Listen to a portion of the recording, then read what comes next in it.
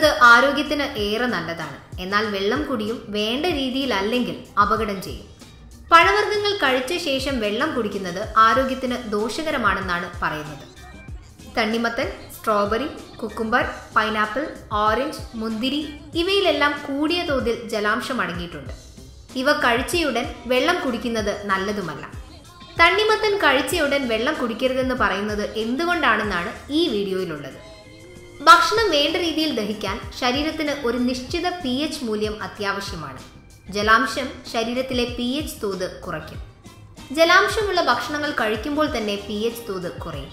എന്നാൽ അതിനൊപ്പം വെള്ളം കൂടി കുടിക്കുമ്പോൾ ഇത് പെട്ടെന്ന് താഴും. ഭക്ഷണത്തിന്റെ ശരിയായ ദഹനത്തെ ഇത് ദോഷകരമായി ബാധിക്കും. ദഹന പ്രക്രിയ തടസ്സപ്പെടുന്നത് വയറിളക്കം, ഛർദി പോലുള്ള ദഹന സംബന്ധമായ പ്രശ്നങ്ങൾക്ക് വഴിയൊരുക്കും.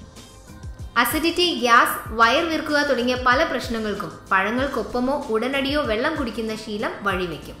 ദഹന പ്രക്രിയ തടസ്സപ്പെടുന്നതോടെ ശരീരത്തിന് ഭക്ഷണത്തിൽ നിന്നുള്ള പോഷകങ്ങൾ ശരിയാം വണ്ണം ലഭിക്കാതെ വരും. ദഹിക്കാത്ത ഭക്ഷണം ശരീരത്തിൽ വിഷാംശമായി മാറി ദോഷവും വരുത്താം. അതുകൊണ്ട് തണ്ണിമത്തൻ ഉൾപ്പെടെയുള്ള പഴവർഗ്ഗങ്ങൾ കഴിച്ച ഉടനെ വെള്ളം കുടിക്കാതിരിക്കാൻ ശ്രദ്ധിക്കുക.